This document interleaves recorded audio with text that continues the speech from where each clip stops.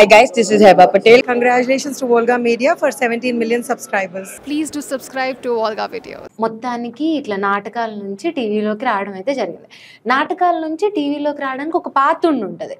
కానీ మీరు అసలు మీకేమీ ఒక బ్యాక్గ్రౌండ్ లేకపోతే డైరెక్ట్ నాటకాల్లోకి ఎలా వచ్చారు సార్? నాటకాలు లేకపోతే ఇంత ప్రస్థానం అదంతా నిర్మించుకోవడానికి బీజం ఎక్కడ పడింది? నేను ఎక్కడ శ్రీకారం వచ్చినా నాటకమే శ్రీకారం. నాన్నగారు కూడా హిందుస్థానీ సంగీత విద్వాంసుడు. నాన్నగారు ఆయన థియేటర్ ఆయన హెడ్ మాస్టర్గా పనిచేస్తూ అది ఆ వారసత్వంలో నేను కూడా కాలేజీలో స్కూల్లో నాటకాలు ఆడను. నా కాలేజ్ ఎడ్యుకేషన్ మంచిర్యాలలో అయింది. మంచిర్యాలలో అప్పుడు జమున గారు వచ్చినప్పుడు కూడా నాటకం వేసాము.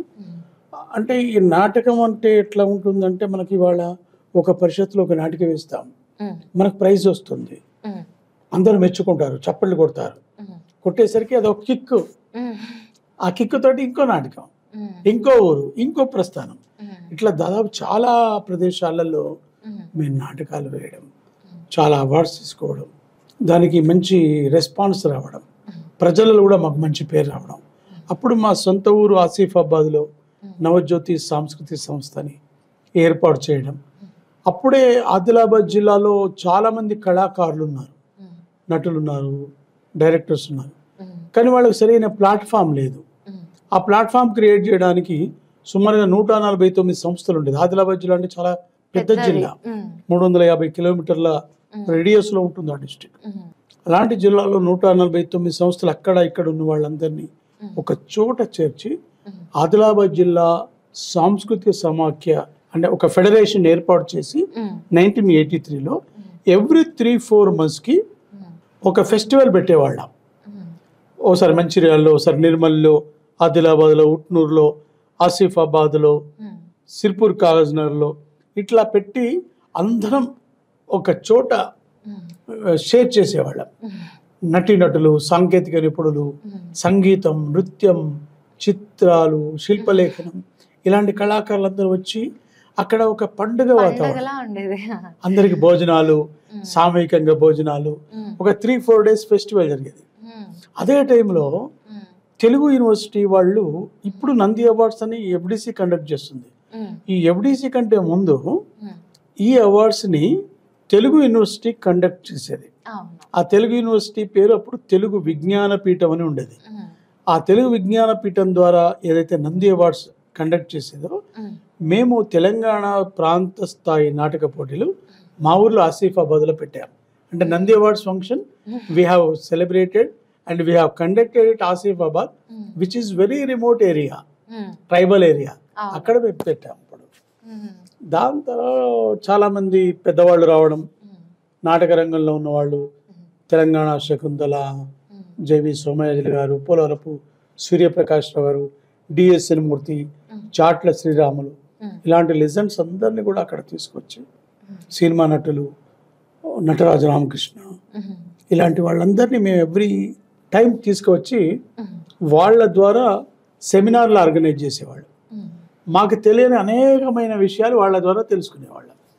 ఆ నాటక రంగం ఒక చిన్న స్థాయి నుంచి ఒక పెద్ద స్థాయికి వెళ్ళడానికి మా ప్రయత్నంగా చాలా వర్క్ చేశాను. మీ ఫేవరెట్ నాటకం ఏది సార్ మీరు రాసిన వాటిలో? నేను రాసిందంటే నాకు బాగా మజా ఇచ్చిన నాటిక క్విట్ ఇండియా. క్విట్ ఇండియా అంటే మన భారతదేశం స్వాతంత్రం వచ్చిన తర్వాత, స్వాతంత్రం వచ్చిన కొద్ది సంవత్సరాల్లోనే కులాల పేరుతోటి, మతాల పేరుతోటి, ప్రాంతాల పేరుతోటి, భాష పేరుతోటి ప్రతి చోట ఉద్యమాలు. అంటే మనం ఎప్పుడు ఏదో రాష్ట్రంలో ఏదో ఒక ఉద్యమం. మనం we are not working hard for the development of the country. దేశ స్వాతంత్ర్యం కోసం ఎంతైతే పోరాటం చేశామో, దేశమంతా ఒక్క తాటి మీద నిలిచి బ్రిటిష్ వాళ్ళని తరమడానికి క్విట్ ఇండియా అన్నాం.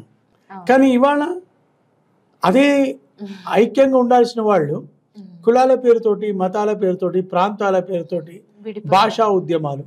నేను ఈ నాటిక రాసిన టైంలో మన కాన్స్టిట్యూషన్ని ఒక చోట తలగబెట్టినారు.